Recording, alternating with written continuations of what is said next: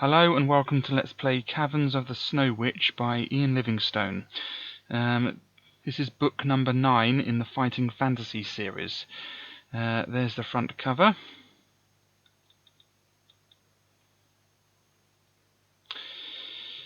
Okay, let's read the synopsis.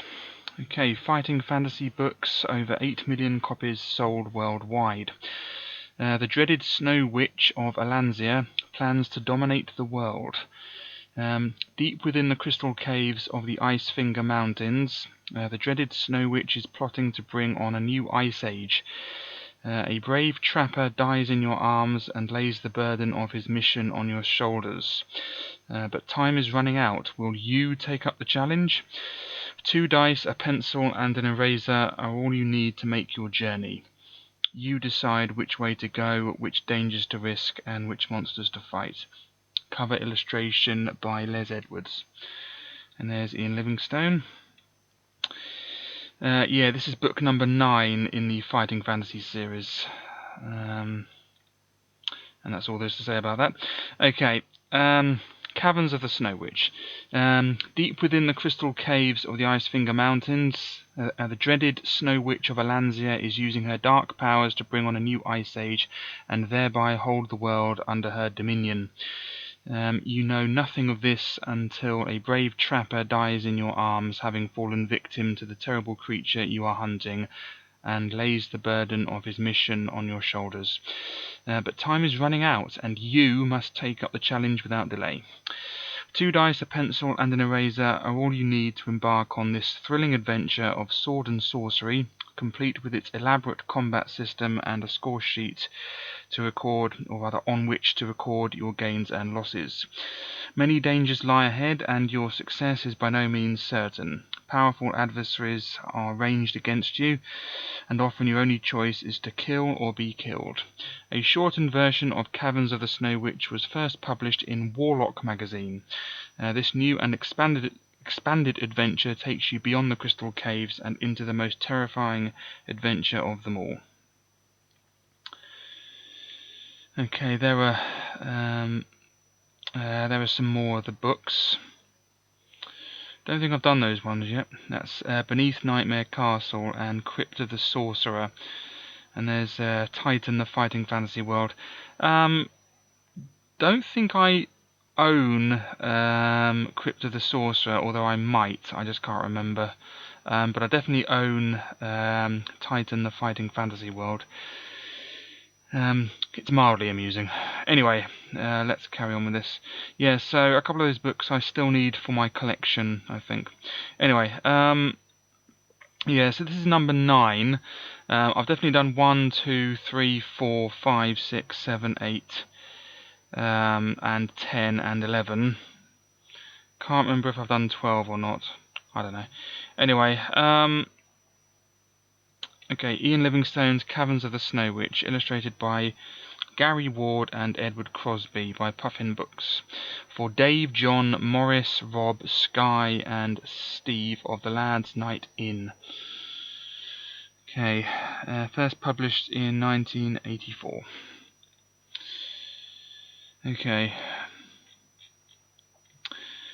Okay, fighting monsters. Before embarking on your adventure, you must first determine your own strengths and weaknesses. You have in your possession a sword and a backpack containing provisions for the trip. Okay, so we have a sword. Let's put that down. Okay, equipment. Okay, we have a sword. It doesn't say how many provisions we have, so I'll leave that blank for now. You have been preparing for your quest by training yourself in swordplay and exercising vigorously to build up your stamina, even though you didn't actually know what your quest was until you met that trapper who died in your arms. So how could you possibly train for the quest when you didn't even know about it until the quest started? Anyway, to see how effective your preparations have been, you must use the dice to determine your initial skill and stamina scores. On pages 18 to 19 there is an adventure sheet which you may use to record the details of an adventure. On it you will find boxes for recording your skill and stamina scores. You are advised either to record your scores on the adventure sheet in pencil or make photocopies of the page to use in future adventures, or use a text document like I am. Skill, stamina and luck. Roll 1 die. Add 6 to this number and enter this total in the skill box on the adventure sheet. Okay. Okay, so we need a hexahedron, which is a cube. And we just want one of them. And we roll. No. Yes. Okay. Let's get rid of the buzzing. There we are. Okay, so we get a 6. And that we add 6 to that to give us a skill of 12. Okay, some people have moaned about my quote-unquote cheating. What I have to say about that is, if you don't like it, don't watch the video, and or make your own videos of this. I don't make any money from this whatsoever. This is purely for my own pleasure, and also partly because other people have asked me to do these videos. If you don't like it, don't watch. It's simple as that. That's the way I do things. I'm not going around with only 8 skill. It makes the book needlessly difficult. Okay, I would accept anything 4 or above, and that's all I have to say about that. Anyway, where was I? Roll both dice, add 12 to the number rolled, and enter this total in the stamina box. Okay, so roll both dice. Need 2 of them. No, no, no, no, yes. Okay, that'll do. I would have accepted 9 or above. Okay, so we get a 12, and we add 12 to that, and that gives us 24 stamina. Right. That is, of course, our initial score. Fantastic, good. Next, there is also a luck box. Roll 1 die, add 6 to this number, and enter this total in the luck box. Okay, so 1 die. No, no, yes. Okay, so we get 10 luck.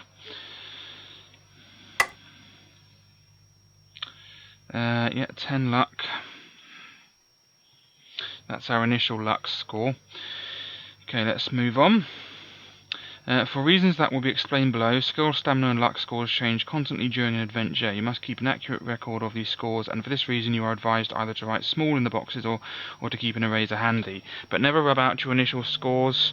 Although you may be awarded additional skill, stamina and luck points, these totals may never exceed your initial scores, except on very rare occasions when you will be instructed on a particular page. Your skill score reflects your swordsmanship and general fighting expertise, the higher the better. Your stamina score reflects your general constitution, your will to survive, your determination, and overall fitness. The higher your stamina score, the longer you will be able to survive. Your luck score indicates how naturally lucky a person you are.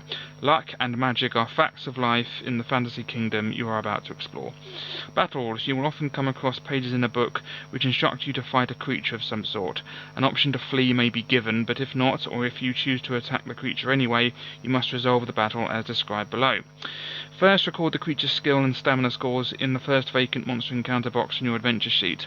The scores for each creature are given in the book each time you have an encounter. The sequence of combat is then: roll both dice once for the creature, add its skill score. This total is the creature's attack strength. Roll both dice once for yourself, add the number rolled to your current skill score. This total is your attack strength. If your attack strength is higher than that of the creature you have wounded it, proceed to step 4. If the creature's attack strength is higher than yours, it has wounded you, proceed to step 5. If both attack strength totals are the same, you have avoided each other's blows, start the next attack round from step 1 above. Step 4. You have wounded the creature, so subtract 2 points from its stamina score. You may use your luck here to do additional damage, see over. The creature has wounded you, so this is step 5.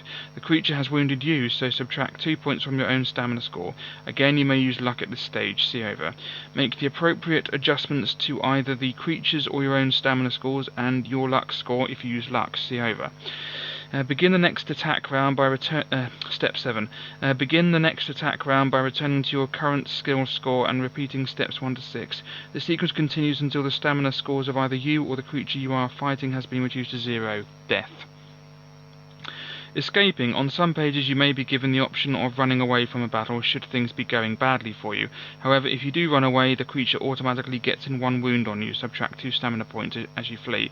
Such is the price of cowardice. I've mentioned this before, it's not necessarily cowardice, it could be strategic. I mean, if it's either death or running away, it's not cowardice, is it? It's just logic. Note that you may use luck on this wound in the normal way, see below. You may only escape if the option is specifically given to you on the page. Fighting more than one creature. If you come across more than one creature in a particular encounter, the instructions on that page will tell you how to handle the battle. Sometimes you will treat them as a single monster, sometimes you will fight each one in turn. Luck. At various times during your adventure, either in battles or when you come across situations in which you could either be lucky or unlucky, details of these are given on the pages themselves, you may call on your luck to make the outcome more favourable. But beware, using luck is a risky business, and if you are unlucky, the results could be disastrous. The procedure for using your luck is as follows. Roll 2 dice. If the number rolled is equal to or less than your current luck score, you have been lucky and the result will go in your favour. If the number rolled is higher than your current luck score, you have been unlucky and you will be penalised. This procedure is known as testing your luck. Each time you test your luck, you must subtract 1 point from your current luck score. Thus, you will soon realise that the more you rely on your luck, the more risky this will become. Using luck in battles. On certain pages of the book you'll be told to test your luck and will be told the consequences of your being lucky or unlucky. However, in battles you will always have the option of using your luck either to inflict a more serious wound on a creature you have just wounded, or to minimise the effects of a wound a creature has just inflicted on you. If you have just wounded the creature, you may test your luck as described above. If you are lucky, you have inflicted a severe wound and may subtract an extra 2 points from the creature's stamina score. However, if you are unlucky, the wound was a mere graze and you must restore 1 point to the creature's stamina, i.e. instead of scoring the normal 2 points of damage, you have now scored only 1. If the creature has just wounded you, you may test your luck to try to minimise the wound. If you are lucky, you have managed to avoid the full damage of the blow, restore 1 point of stamina, i.e. instead of doing 2 points of damage, it has done only 1. If you are unlucky, you have taken a more serious blow, subtract 1 extra stamina point. Remember that you must subtract 1 point from your luck score every time you test your luck. Restoring skill, stamina and luck. Your skill score will not change much during your adventure. Occasionally a page may give instructions to increase or decrease your skill score. A magic weapon may increase your skill, but remember that only one weapon can be used at a time. You cannot claim 2 skill bonuses for carrying 2 magic swords. Your skill score can never exceed its initial value. Drinking the potion of skill, see later, will restore your skill to its initial level at any time. Stamina and provisions. Your stamina score will change a lot during your adventure as you fight monsters and undertake arduous tasks. As you near your goal, your stamina level may be dangerously low and battles may be particularly risky, so be careful. Your backpack contains enough provisions for 10 meals. Let's write that down. Okay, provisions 10. You may rest and eat at any time except when engaged in a battle. Eating a meal restores 4 stamina points. When you eat a meal, add 4 points to your stamina score and deduct 1 point from your provisions. A separate provisions remaining box is provided on the adventure sheet for recording details of provisions. Remember that you have a long way to go, so use your provisions wisely. Remember also that your stamina score may never exceed its initial value. Drinking the potion of strength, see later, will restore your stamina to its initial level at any time. Luck. Additions to your luck score are awarded through the adventure when you have been particularly lucky. Details are given on the pages of this book. Remember that, as with skill and stamina, your luck score may never exceed its initial value. Drinking the potion of fortune, see later, will restore your luck to its initial level at any time, and increase your initial luck by 1 point, which just contradicts what you just said in the same paragraph. Okay, equipment and potions. You will start your adventure with a bare minimum of equipment, but you may find or buy other items during your travels. You are armed with a sword and are dressed in leather armour. Okay, leather armour. There we go. You have a backpack to hold your provisions and any treasures you may come across. In addition, you may take 1 bottle of a magic potion which will aid you on your quest. You may choose to take a bottle of any of the following: a potion of skill, restores skill points; a potion of strength restores stamina points; and a potion of fortune restores luck points and adds 1 to initial luck. Okay, these potions... just a moment. Okay, these These potions may be taken at any time during your adventure, except when engaged in a battle. Taking a measure of potion will restore skill, stamina, or luck scores to their initial level, and the potion of fortune will add 1 point to your initial luck score before luck is restored. Each bottle of potion contains enough for 1 measure, i.e. the characteristic may be restored once during an adventure. Make a note on your adventure sheet when you have used up a potion. Remember also that you may only choose one of the 3 potions to take on your trip, so choose wisely. Choosing the potion of fortune, since my stamina and skill are at maximum anyway. Okay, so Potion of Fortune we have, is that the one I wrote down? Yes, it is. Good. Can't remember typing it. Okay, hints on play. Your journey will be perilous and you are likely to fail on your first attempt. Make notes and draw a map as you explore. This map will be invaluable in future adventures and enable you to progress rapidly through to unexplored sections. Not all areas contain treasure. Many merely contain traps and creatures which you will no doubt fall foul. You may make wrong turnings during your quest, and while you may indeed progress through to your ultimate destination, it is by no means certain that you will find for what you are searching. It will be realized that entries make no sense if read in numerical order. It is essential that you read only the entries you are instructed to read. Reading other entries will only cause confusion and may lessen the excitement during play. The one true way involves a minimum of risk, and any player, no matter how weak on initial dice rolls, should be able to get through fairly easily. I disagree with that. May the luck of God go with you on the adventure ahead. Right. Okay, and there's a filled-in adventure sheet. Wonderful. They actually wrote in the book. I mean, just use a notebook. I mean, when I did this when I was little and I had the book, I mean, there's no way I would have written in the book anyway, because it just would have been annoying having to keep turning back to the adventure sheet in the book and hold the place with a bookmark or my thumb or something. Just use a notebook or a bit of scrap paper, anything to actually write in the book. I don't understand people, I really don't. Probably why I'm the way I am. Anyway, here we go. Background. There's a bloke there, heavily bearded. He has so much beard, he is more beard than face. Anyway, background. Winters in northern Alanzia are always cruel and bitter. The snow falls thickly, and the icy wind blows hard, chilling everybody to the bone. For the past few weeks you have been hired by a merchant called Big Jim's Son to protect his trading caravans as they roll their way slowly north to the frozen outposts. The horse-drawn carts are laden with cloth, utensils, weapons, salted meats, spices and tea, which are traded for furs and ivory carvings made from mammoths' tusks. Big Jim is not usually worried about travelling north, as bandits only attack his caravans on a return journey. He is not alone in recognising the value of the northern goods. On this particular trip, you are walking ahead of 6 carts across a frozen lake. In the distance, you can see the snow-capped peaks of the Icefinger Mountains jutting out of low cloud. Your destination lies at the base of the mountains where the Northmen meet to trade. Snow is falling, but not too heavily. You stop to prod the ice with your sword to make sure it can bear the weight of carts, when suddenly the shrill call of a hunting horn breaks the silence. You stand up and run back to the carts to talk to Big Jim. He is sitting next to the driver of the second cart, puffing on a long briar pipe. A huge man with a great bushy beard, Big Jim is obviously a man to be reckoned with. A man with whom to be reckoned. His bright blue eyes scan the horizon, searching for signs of life. In a deep voice he says, "Sounds like it came from the outpost. Reckon you better go and investigate. Could be trouble. And get back quickly." You set off straight away towards the outpost at the base of Icefinger Mountains. You arrive 2 hours later at a scene of ugly carnage. The snow is red with blood, and all the wooden huts are smashed and torn down. 6 men lie dead, their bodies slashed, their axes at their sides in the snow.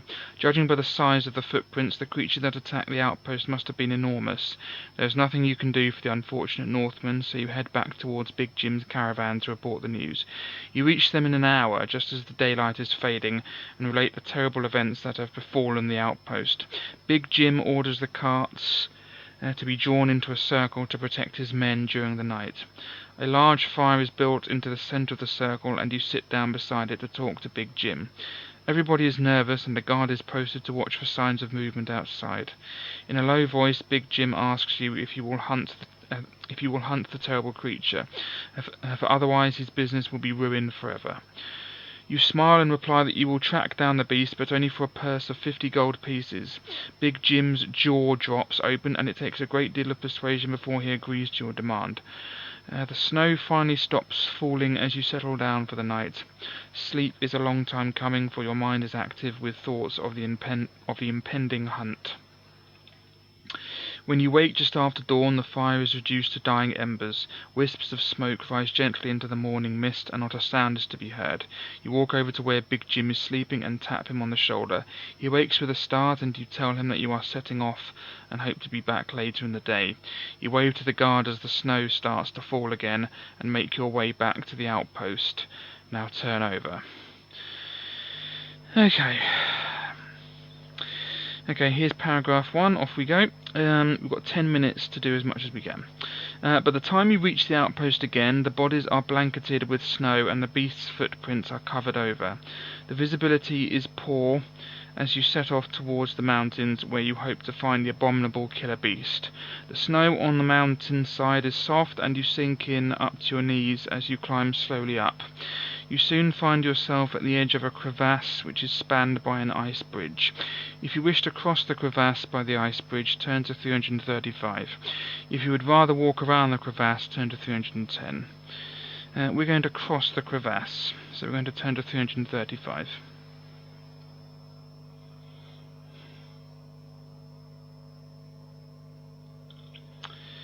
The bridge is quite narrow and very slippery. Test your luck. If you are lucky, turn to 41. If you are unlucky, turn to 389. Okay. Let's test our luck. So we need a dice score of 10 or less.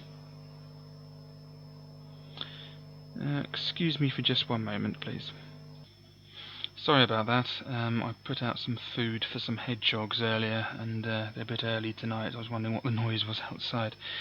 Anyway, oh yeah, I was testing my luck, wasn't I? Okay, I need a dice score. You roll 2 dice. This has to be 10 or less for me to be lucky. Okay, so I was lucky. I got a 6. Okay, but unfortunately I've used up a luck point.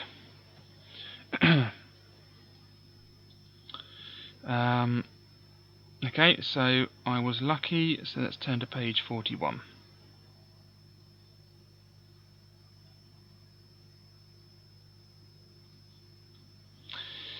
Okay, you tread carefully over the bridge. Safely across the crevasse, you continue your slow trek through the snow.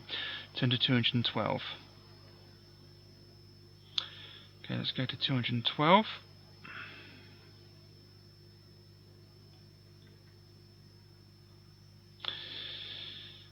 Okay, the wind starts to howl, blowing gusts of snow into your face. You put your head down and stride into it. Above the howl of the wind, you suddenly become aware of another sound, the howling of wolves. You draw your sword while trying to peer through the snow. As if out of nowhere, 2 snow wolves appear in front of you, hunched, ready to pounce. They are completely white except for their blood-red eyes. Suddenly one leaps at you. Fight them one at a time. First snow wolf, second snow wolf. Okay, we've got 7, 8, and 7, 7. Okay. Okay, so first snow wolf. Okay, the first one was 7, 8. Okay, 7, 8. 7 and 8.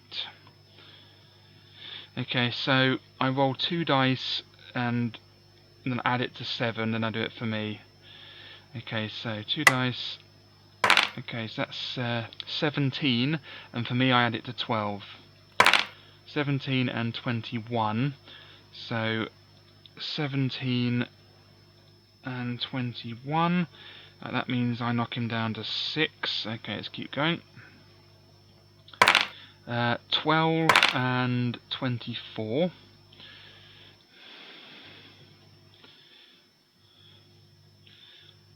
puts him down to 4. 13 and 17.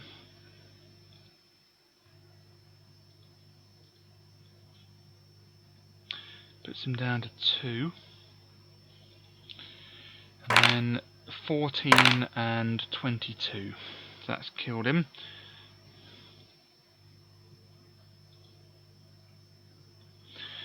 Okay, that's the first snow wolf defeated. Now I have to do the second one. So second snow wolf, and he was 7/7, which actually, unless I use luck, makes absolutely no difference from the first one. Okay, so carry on with this. Okay, that's 14 and 19.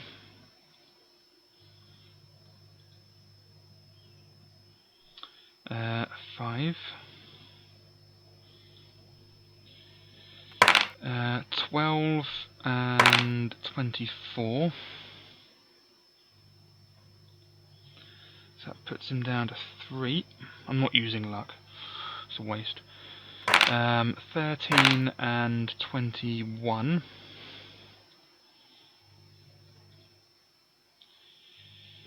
So that puts him down to 1. And then finally, 14 and 21. And that's the end of that. So that puts him down to 0, and he's dead. Good. Let's get rid of the annoying buzzing. Okay, if you win, turn to 202, and we do fight them one at a time. So I was right to do that. If you win, even though I knew that anyway, I just forgot to mention it. If you win, turn to 202. Okay, there they are. Okay, so we're turning to 202. You step past the still bodies of the wolves and continue your journey through the swirling snow. The climb becomes steeper and the going is slow. Turn to 337.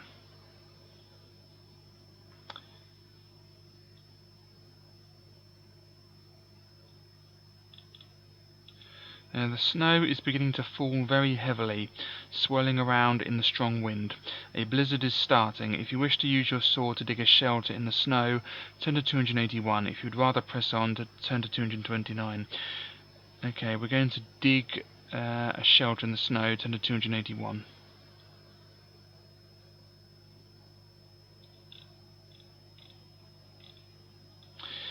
You hurriedly cut blocks of ice out of the mountainside and build a makeshift igloo.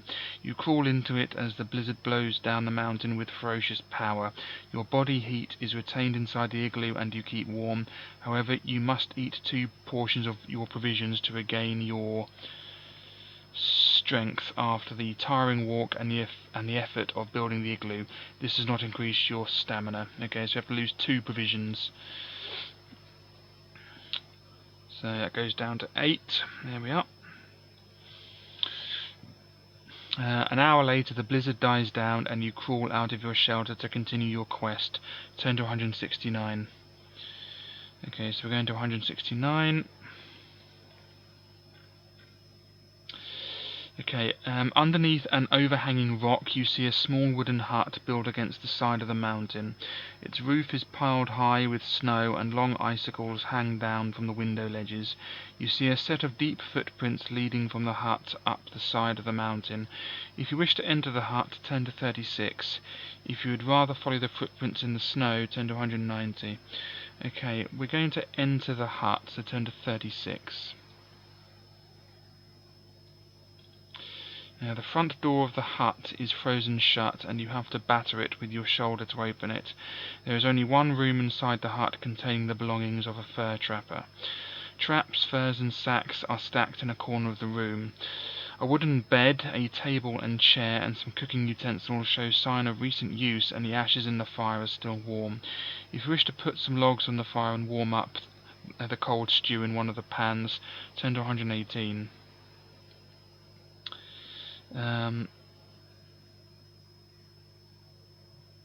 Where did it mention the stew?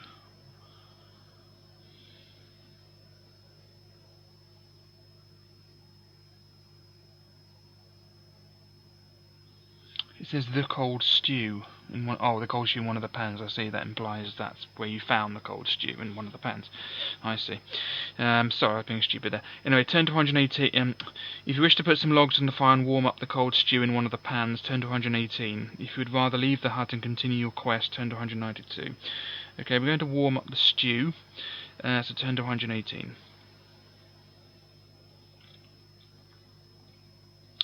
The fire is soon roaring and crackling in the hearth.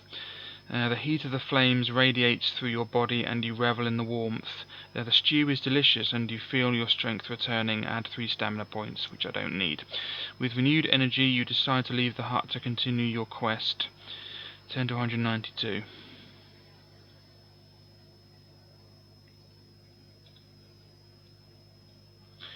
As you are about to leave the hut, you catch sight of some weapons lying under the bed. If you wish to take a couple of them with you, turn to 255. If you do not wish to be encumbered by the additional weight and would rather leave without the weapons, turn to 263. Okay, we're going to leave without the weapons and turn to 263.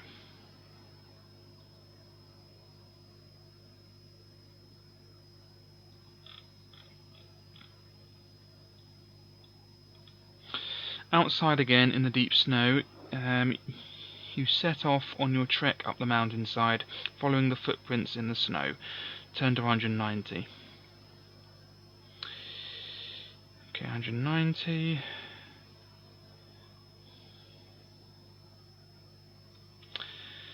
Okay, the high altitude and thin atmosphere make you pant for breath as you continue your steady climb. Lose 1 stamina point.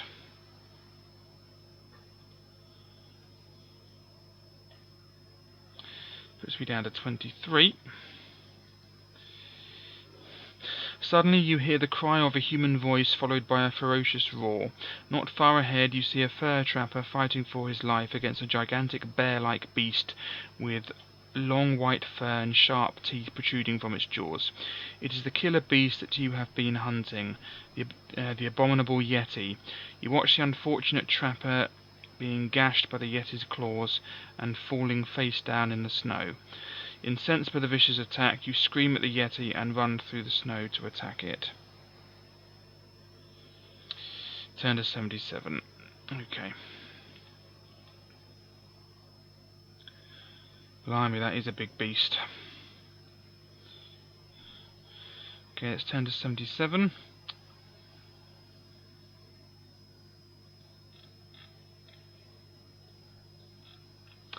Are you carrying a spear? If you are, turn to 391. If you do not have a spear, turn to 378. Okay, and that's where I'm going to call it a day. So I'll just put next paragraph 77. Obviously I don't have a spear, so I'm going to have to fight the yeti without it.